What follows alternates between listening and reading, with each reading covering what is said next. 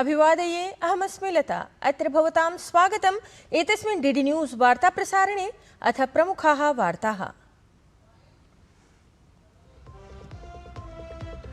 राष्ट्रपतिपदासीनायाः Draupadi मुर्मुवर्यायाः Botswana देशे पारम्परिकं स्वागतम्। Botswana देशस्य नेशनल असेम्ब्ली इत्येतां राष्ट्रिय महासभां सम्बोधयन्ती उभयोः देशयोः मध्ये भवेत् सन्धिपत्रेषु हस्ताक्षरणम्।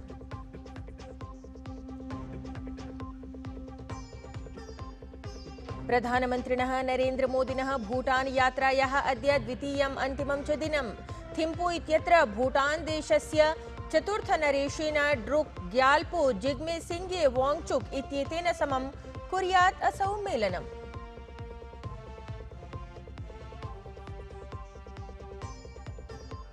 राष्ट्रियान्वेषणाभिकरणं कुर्यात् दिल्ली विस्फोट प्रकरणस्य अन्वीक्षणम्। दिल्ली तन्निकटवर्तिषु क्षेत्रेषु प्रवर्तिता उच्चस्तरीया सुरक्षा सञ्चेतना।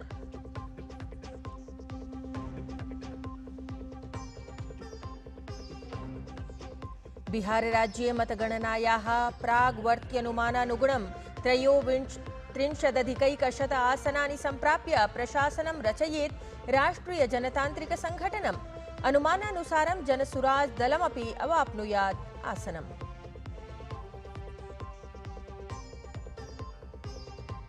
क्रीडावार्तायां चेस वर्ल्ड कप इत्येतस्याः शत्रुञ्जय प्रतियोगितायाः चतुर्थे चरणे प्रविष्टानाम् अर्जुन एरिगेसी प्रगन्नानन्दा हरिकृष्णा प्रणव कार्तिक इत्येतेषां प्रथमा स्पर्धा समत्वे समाप्ता।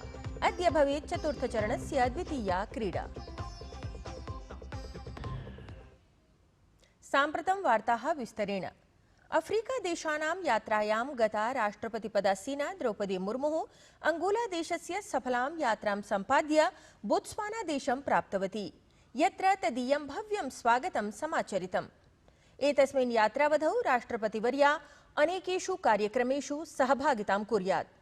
तावत् सर्वादौ असौ बोत्स्वाना देशस्य राष्ट्रपतिना डोमा बोको इत्यमुना समं मेलनं कुर्यात्।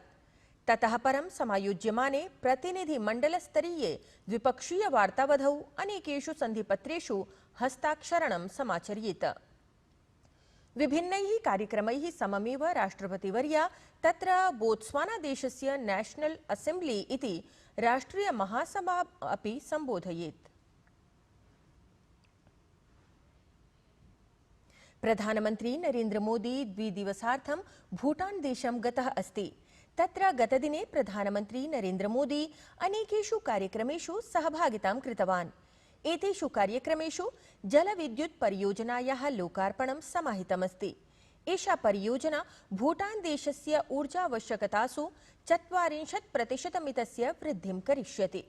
सममेव प्रधानमन्त्री मोदी तत्र भूटान नरेशेन समं बुद्धस्य पवित्रावशेषाणां समक्षं पूजामपि अनुष्ठितवान्।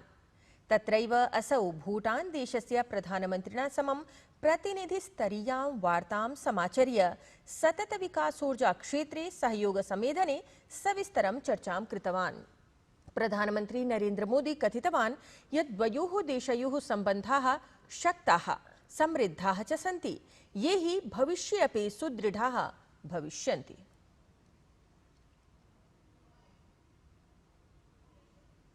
आज भूटान में 1000 मेगावाट से अधिक का एक नया हाइड्रो इलेक्ट्रिक प्रोजेक्ट लॉन्च कर रहे हैं, जिससे भूटान की हाइड्रो पावर कैपेसिटी में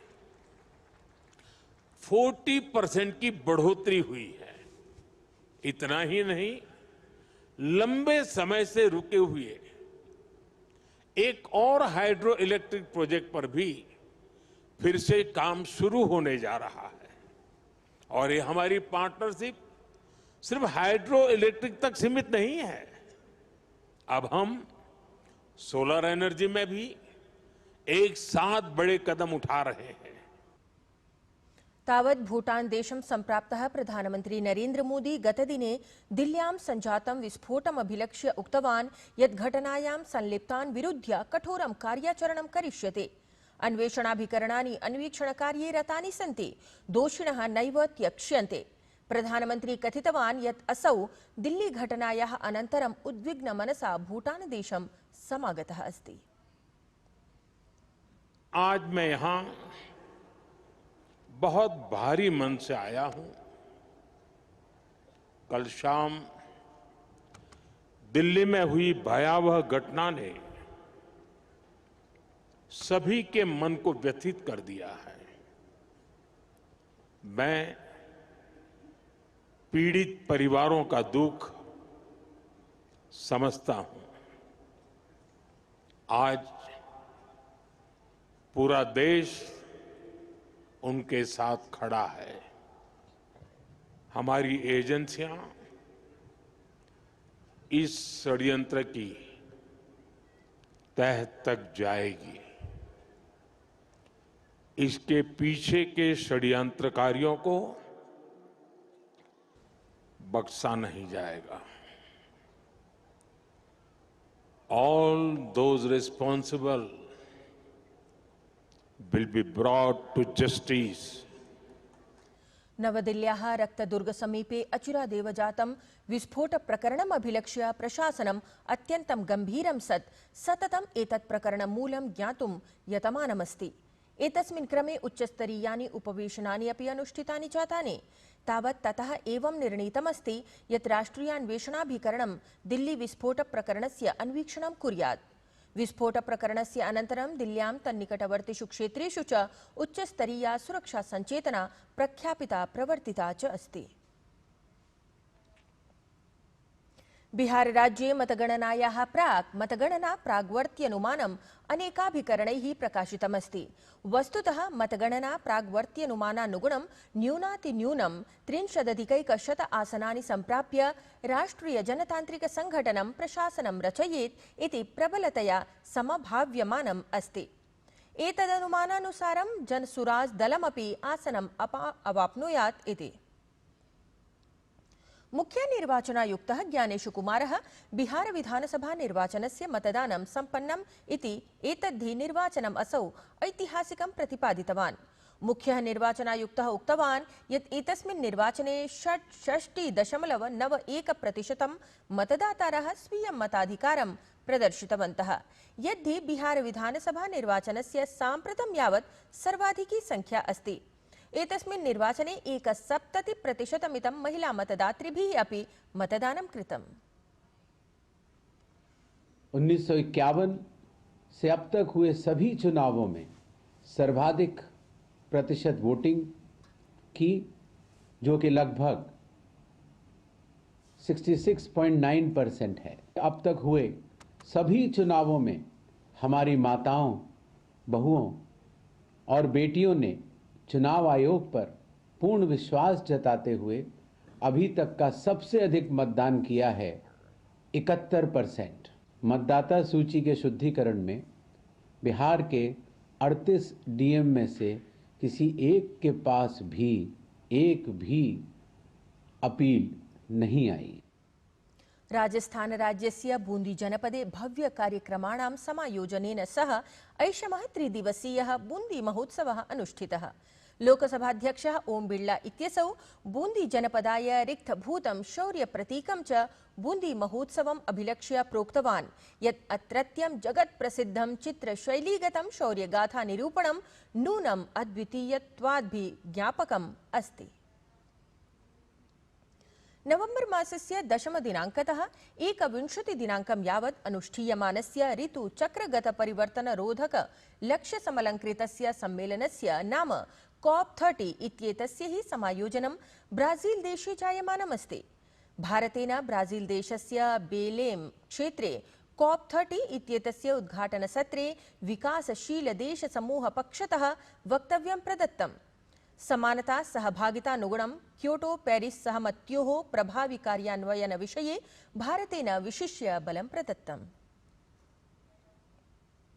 बोलिविया देशे पूर्वत्र राष्ट्रपतिपदासीना जीनिन एनेज इत्यसौ सद्यः एव 4 वर्षेभ्यः अपि अधिकावधिकात् सुरक्षात्मकनिग्रहणात् परं तत्रत्योच्चतमन्यायालयेन कारागारात् विमोचिता। न्यायालयेन तदर्थं पूर्वं ख्यापितस्य 10 वर्षावधिकदण्डस्य उपशमनं विहितम्। बोलिविया देशस्य मिराफ्लोरेस इत्याख्य महिला कारागारात् निर्गत्य बोलिविया देशस्य ध्वजेन सह एनएच इत्येतया उक्तं यत् सम्पूर्णः अनुभवः एषः न केवलं मदर्थम् अपितु मदीयसन्ततेः मत्परिवारस्य च कृते अपि अतीव कष्टप्रदः सिद्धः। ध्यातव्यमस्ति यत् तस्मिन् काले राष्ट्रपतेः इवो मोरालेस् इत्येतस्य त्यागपत्रस्य अनन्तरं 22-2000तमे वर्षे अनियमितरूपेण राष्ट्रपतिपदं प्राप्तुम् एनएच इत्यसौ पदानुरूपकर्तव्यस्य अवहेलनायाः असंवैधानिकसङ्कल्पानां च दोषिणीत्वेन निर्णीता आसीत्। प्रायः 5 वर्षेभ्यः परं भारत चीन देशयोः मध्ये विमानसेवाः पुनः आरब्धाः सन्ति। अचिरादेव चीन देशस्य विमानसेवा समवायभूतया चाइना ईस्टर्न इत्याख्यया विमानपरिचालनसेवया दिल्ली नगरतः शंघाई नगरं यावत् विमानसेवायाः आरम्भः जातः। कतिपयदिनेभ्यः पूर्वमेव इंडिगो इत्याख्य विमानपरिचालनसेवा अपि कोलकाता नगरात् ग्वाङ्गझू नगरं यावत् विमानसेवां समारब्धवती। ज्ञातव्यमस्ति यत् चाइना ईस्टर्न इत्याख्या विमानसेवा रात्रौ 8 वादने दिल्ली नगरतः शंघाई नगराय प्रचलति। ततः परं विमानसेवायाः एतस्याः विमानं शंघाई नगरात् विप्रहरे 12:30 वादने निर्गतं भवति अथ 6 वादने दिल्ली नगरं सम्प्राप्नोति। दृष्टिबाधित महिलानां T20 क्रिकेट वर्ल्ड कप इत्येतस्याः प्रतियोगितायाः समारम्भः ह्यः जातः। नवदिल्ल्याम् आयोजिते उद्घाटन समारोहे पूर्वकेन्द्रीयमन्त्रिणः अनुराग ठाकुरस्य आयोजनसमित्याः अध्यक्षायाः च मीनाक्षी लेखी इत्येतस्याः अपि उपस्थितिः आसीत्। तावत् प्रतियोगितायाः एतस्याः प्रथमा स्पर्धा भारत-श्रीलङ्कादलयोः मिथः जाता, यत्र भारतेन श्रीलङ्कादलं 10 स्तोभरक्षापुरस्सरं पराजितम्। चेस वर्ल्ड कप इत्येतस्याः शत्रुञ्जय प्रतियोगितायाः चतुर्थे चरणे प्रविष्टानाम् अर्जुन एरिगेसी, प्रगन्नानन्दा, हरिकृष्ण, प्रणव कार्तिक इत्येतेषां प्रथमा स्पर्धा समत्वे समाप्ता। अद्य तावत् चतुर्थचरणस्य द्वितीयक्रमपरा स्पर्धा एषा भवेत्। एतेन सहैव वार्तासंस्करणमेतत् अधुना सम्पद्यते। अभिनववार्ताभिः सह पुनः उपस्थास्यामः। तावत् शुभं भूयात्।